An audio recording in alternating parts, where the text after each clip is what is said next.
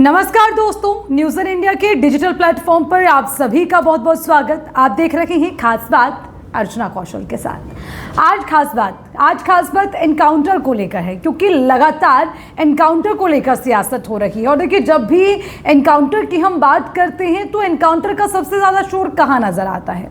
Encounter का सबसे ज़्यादा शोर नज़र आता है उत्तर प्रदेश में। और इस वक्त अगर कोई चर्चा का विषय बना हुआ है वो भी है उत्तर प्रदेश। लेकिन अब सुल्तानपुर से जो ये एनकाउंटर की सियासत का शोर मचा, वो सुल्तानपुर से लेकर बदलापुर तक अब पहुंच गया। यानी कि महाराष्ट्र में भी एनकाउंटर को लेकर खूब चर्चा हो रही है। और अब देखिए, जो इंडिया अलायंस है वो भी इसको लेकर शोर मचाने लगा है। हालांकि शुरुआत किसने की? शुरुआत अखिलेश यादव ने की। उन्होंने सुल्तानपुर में हुए एनकाउंटर को लेकर ये कह दिया कि जाति देखकर गोली मार दी। अच्छा, आपको क्या लगता है? क्या आपको लगता है कि जो एनकाउंटर हो रहे हैं, जो कार्रवाई की जा रही है, अपराधियों को पकड़ा जा रहा है, माफियाओं को पकड़ा जा रहा है, एनकाउंटर हो जा रहे हैं, इसके पीछे कोई राजनीतिक बू आती है? और अगर आती भी है तो फिर उसके बाद क्या उसका ये सही तरीका है कि उसे आप राजनीतिक के चश्मे से देख रहे हैं? तमाम सवाल आप प्रशासन की कार्यप्रणाली पर उठा रहे हैं और जो अपराधी हैं उसके हौसलों को आप कहीं ना कहीं बुलंद करने की कोशिश कर रहे हैं। ये मैं नहीं कह रही। आपको क्या लगता है, क्यों नहीं हौसले बुलंद होंगे अपराधियों के अगर कहीं पर कोई कार्रवाई होती है? आपको लगता है सही नहीं है, ठीक है, आप मजिस्ट्रेट से उसकी जांच करवाइए। हाईकोर्ट के दरवाजे, सर्वोच्च न्यायालय के दरवाजे आपके लिए खुले हैं। लेकिन उस पर जाति के आधार पर सियासत करना क्या ज़रूरी है? क्या उसमें यादव, क्या उसमें ब्राह्मण, क्या उसमें ठाकुर ढूंढना ज़रूरी है? क्या अपराधी को अपराधी की दृष्टि से नहीं देखा जा सकता? क्या अपराधी की भी अब जात बतानी पड़ेगी? क्या अब जात देख के अपराधियों पर कार्रवाई होगी? ये तमाम सवाल चिंता का विषय इस वक्त बने हुए हैं। विपक्ष कहता है कि ठोको नीति के आधार पर चल रही है यूपी की सरकार, या फिर यूं कह लीजिए कि यूपी की सरकार में पुलिस प्रशासन। अरे भैया, लेकिन सबसे बड़ी बात तो यह है कि अगर अपराधी पर कार्रवाई हो रही है और आपको लगता है कि एनकाउंटर सही तरीके से नहीं है, ये एनकाउंटर फर्जी है, या इसमें आपको कुछ और षड्यंत्र नजर आता है, तो ठीक है, कम से कम आप अपराधी को अपराधी तो एक्सेप्ट कर लीजिए। कम से कम उसके लिए सांत्वना देने उसके घर तो मत पहुंचिए। कम से कम उसमें यादव, ठाकुर, सिंह की बातों को तो मत सामने रखिए। यही वजह है कि अब जब सुल्तानपुर के मामले में ही माफ़ी चाहूँगी, जो डकैती का मामला है उसी में ही अनुज सिंह को गोली लगती है, तो उसका बाप ये कहता है कि शायद अब अखिलेश यादव की इच्छा पूरी हो गई। क्या आज तक आपने कभी ऐसी बयानबाजी सुनी? क्या आपने आज तक कभी सुना कि पुलिस प्रशासन को लेकर इस तरह के सवाल उठ रखे हो कि किन अपराधियों को पकड़ा जाए, किन को नहीं पकड़ा जाए? और देखिए, कितनी हैरानी की बात है कि अनुज सिंह के पिता ने यह तक कह दिया कि मेरा बेटा तो सिर्फ एक मामले में संलिप्त था और एक ये दूसरा मामला डकैती वाला रहा, जिनके ऊपर 40-45 मुकदमे दर्ज हैं, वो खुलेआम घूम रहे हैं। क्या ये शोभनीय है? क्या ये स्वीकार्य है? हम किस मानसिकता को पाल रहे हैं? एक बड़ा चेहरा होने के नाते ये सिर्फ किसी विपक्षी दल के लिए नहीं है, मैं ये सभी राजनीतिक दलों के लिए कह रही हूँ। क्या आपको लगता है कि सभी जो राजनीतिक दल हैं वो जिस तरह से अपने राजनीति का फ़ायदा उठाने के लिए एनकाउंटर को फर्जी कह दे रखे हैं, पुलिस प्रशासन की कार्यप्रणाली पर सवाल उठा दे रहे हैं और उसके बाद उसको जाति के चश्मे से देखा जा रहा है? यादव कौन है जिसको मारा गया? क्या उसकी जाति यादव है? क्या वो अपराधी यादव है? क्या वो अपराधी ठाकुर है? ये तमाम चीज़ें कहाँ से आ रही हैं? ये किस तरह का माइंडसेट लोगों का कर रही है? किस तरह की मानसिकता लोगों की बना रखी है? ये तमाम सवाल कहीं ना कहीं उठते हैं और उठना लाजमी भी है। तो अब इसमें सबसे पहले तो अखिलेश यादव खींचे गए, क्योंकि वो एक के बाद एक लगातार ट्वीट करते रहे। उसके बाद अब जो सरकार है वो तो विपक्ष के निशाने पर पहले से थी। अब वो ये कह रहे हैं कि जब लगातार ये जातिवाद का विरोध उठा तो उसे बैलेंस करने के लिए, डैमेज कंट्रोल करने के लिए ये एक और खेल दिया गया। अनुज सिंह को गोली मार दी गई। ठीक है, जो भी हो, मुझे लगता है एनकाउंटर फर्जी है, षड्यंत्र के दायरे में आता है, राजनीतिक बू इससे आती है, चाहे कुछ भी हो। लेकिन जब तक कोई कार्रवाई नहीं होती, कोई तथ्य आपके पास नहीं आते, तो माहौल मत बनाइए। इससे कुछ हो ना हो, इससे किसी को राजनीतिक फायदा पहुंचे ना पहुंचे, लेकिन इससे जो सबसे ज़्यादा नुकसान हो रहा है ना, वो इस बात को लेकर हो रहा है कि अपराधियों के हौसले बुलंद हो रहे हैं।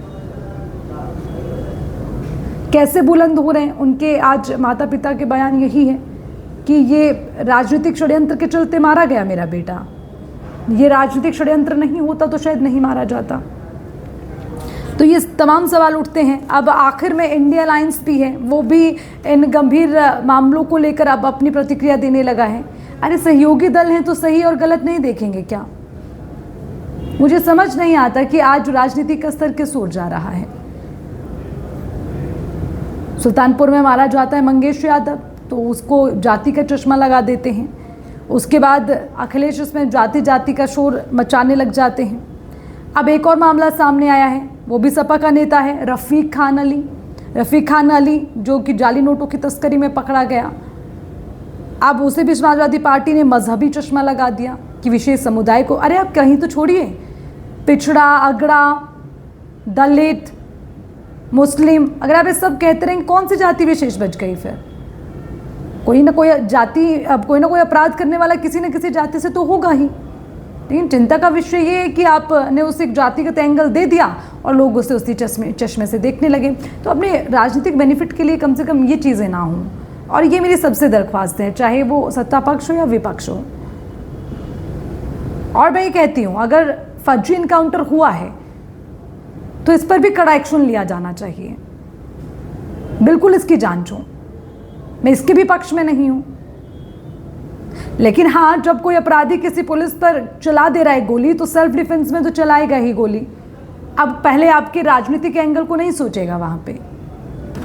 तो ये जाति और धर्म के चश्मे को हटाकर हमें देखना होगा कि अपने राज्य में कैसे कानून व्यवस्था को दुरुस्त किया जा सकता है, कैसे अपराध को कम किया जा सकता है। और मुझे लगता है कि भारत के राजनीतिक इतिहास में ऐसा पहली बार होने जा रहा है जब देश के बड़े बड़े नेता जो एक चेहरा है, ब्रांड चेहरा है, कोई विपक्ष का है तो कोई सत्ता पक्ष का है, वो बदमाशों और अपराधियों के खिलाफ खुलकर बोल रहे हैं। हालांकि पहले भी चीज़ें होती रही, लेकिन पहले एक पर्दे में होती थी, अब भैया पर्दा ही हटा दिया, सब खुलेआम चल रहा है।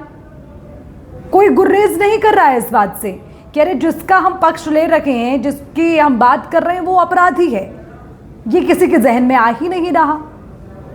भाई ज़रूरी है, बहुत ज़रूरी है, ऐसे तो विश्वास ही उठ जाएगा सरकार से, पुलिस प्रशासन की कार्यशैली से।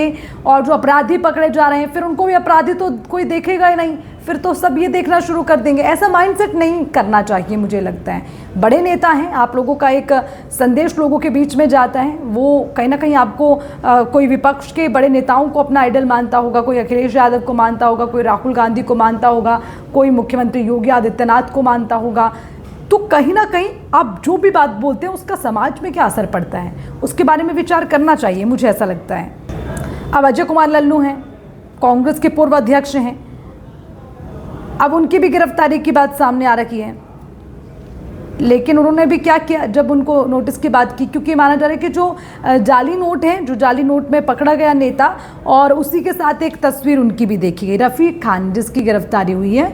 तो रफ़ीक खान को लेकर मामला गर्मा गया। तो इस गिरफ्तारी अब सपा नेता की मजहबी के हिसाब पर हुई, ये कहा गया। लल्लू यादव का एक फ़ोटो भी वायरल हो रहा है, उसको लेकर अब एक नोटिस उनको भी जारी किया जा रहा है। अब वो कह रहे हैं कि भैया नोटिस जारी करके तो देखिए, तरह तरह की बयानबाजी आ रही है। तो मुझे लगता है कि ये बहुत गंभीर विषय हो जाता है जब हम हर समस्या को ना सिर्फ एक आम तौर पर लोगों की समस्या से जोड़ के देखते हैं, बल्कि उसको एक राजनीतिक एंगल देना शुरू कर देते हैं।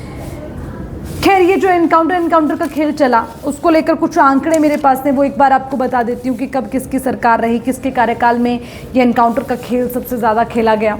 तो मुलायम सरकार, मैं बहुत पीछे नहीं जाऊंगी, तो 2002 से शुरू कर लेते हैं। 2002 से 2007 की अगर बात करते हैं तो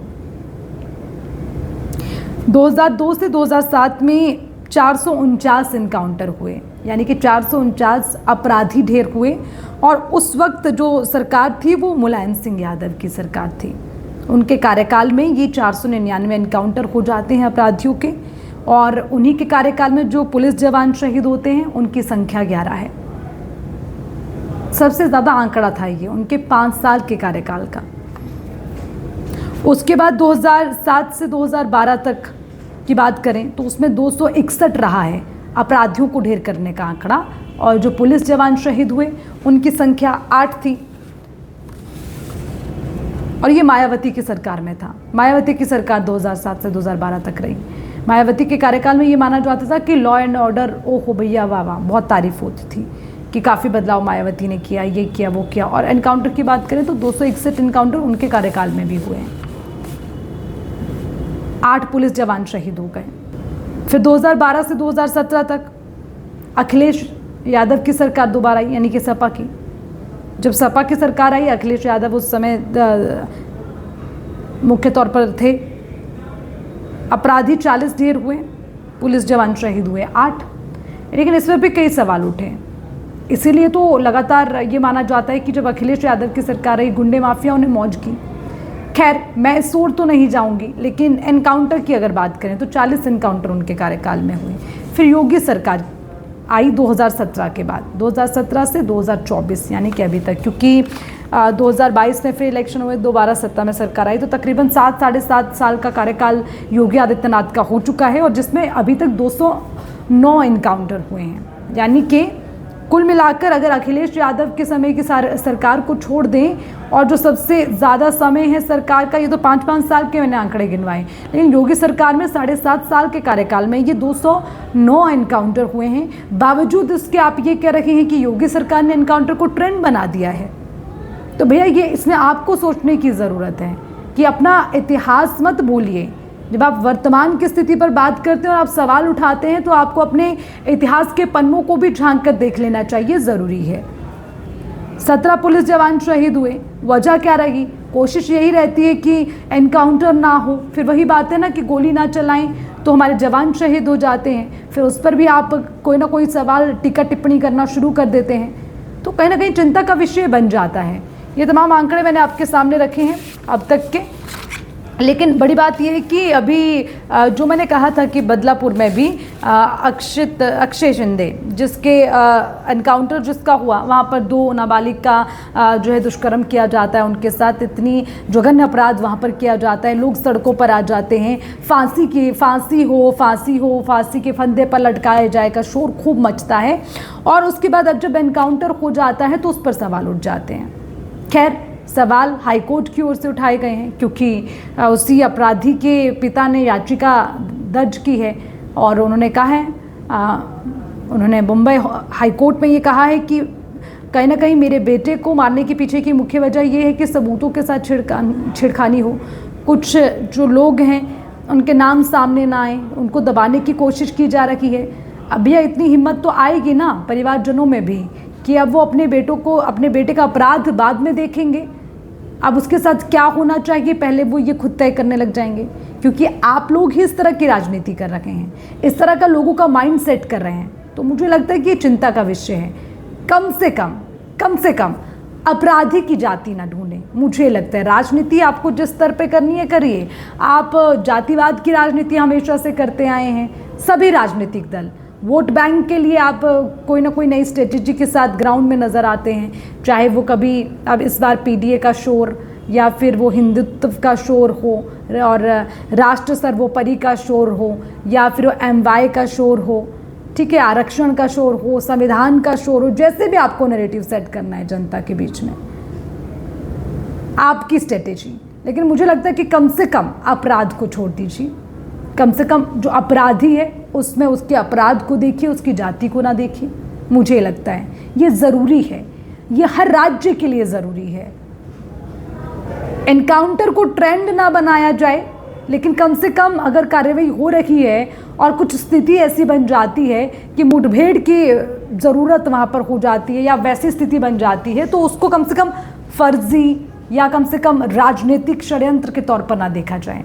और अगर ऐसा लगता है तो मैजिस्ट्रेट में जाइए, पहले उसको लेकर वहाँ पर मामला रखिए, उसकी जांच करिए। जांच में जब ये सच साबित हो जाए, वो सच साबित होने के बाद फिर आपको जो फैलाना है आप फैलाइए, नहीं पहले से माइंडसेट मत कीजिए।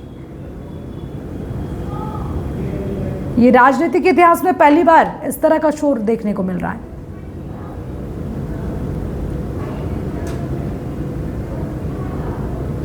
इसलिए मैं कहती हूँ अपराध सिर्फ अपराध है और अपराधी की कोई जाति नहीं होती है।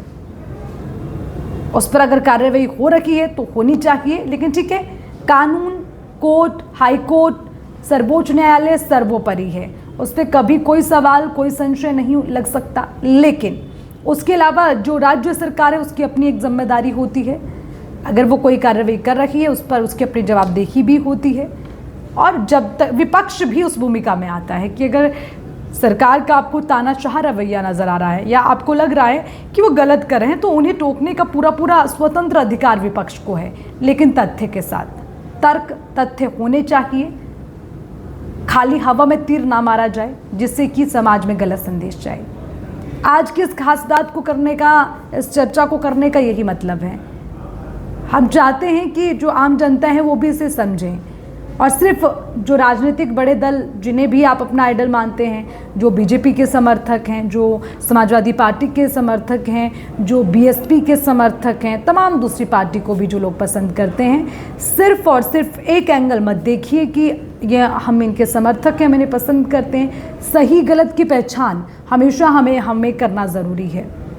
तो इस वक्त जो हो रहा है, जिस पर इस तरह की राजनीति हो रही है, आपको क्या लगता है? क्या अपराधी की जात पूछी जानी चाहिए? क्या अपराधी की जात देख के एक्शन होना चाहिए? ये आखिरी सवाल मैं आपके लिए छोड़ जाती हूँ। कमेंट सेक्शन में ज़रूर लिखिए आपकी इस पर क्या राय है, वो मैं जानना चाहती हूँ। मेरी वीडियो पसंद आई हो, शेयर करिए, लाइक करिए, मेरे चैनल को सब्सक्राइब करिए। जल्दी मिलेंगे फिर एक नए मुद्दे के साथ। लगातार आपका ये प्यार, ये भरोसा मेरे साथ यूं ही बना रखे, और आप सब बहुत बहुत अपना ख्याल रखिए, खुश रहिए, मानसिक तनाव बिल्कुल नहीं लेना है, हंसते रहिए, मुस्कुराते रहिए, और मुझे दीजिए इजाज़त। नमस्कार।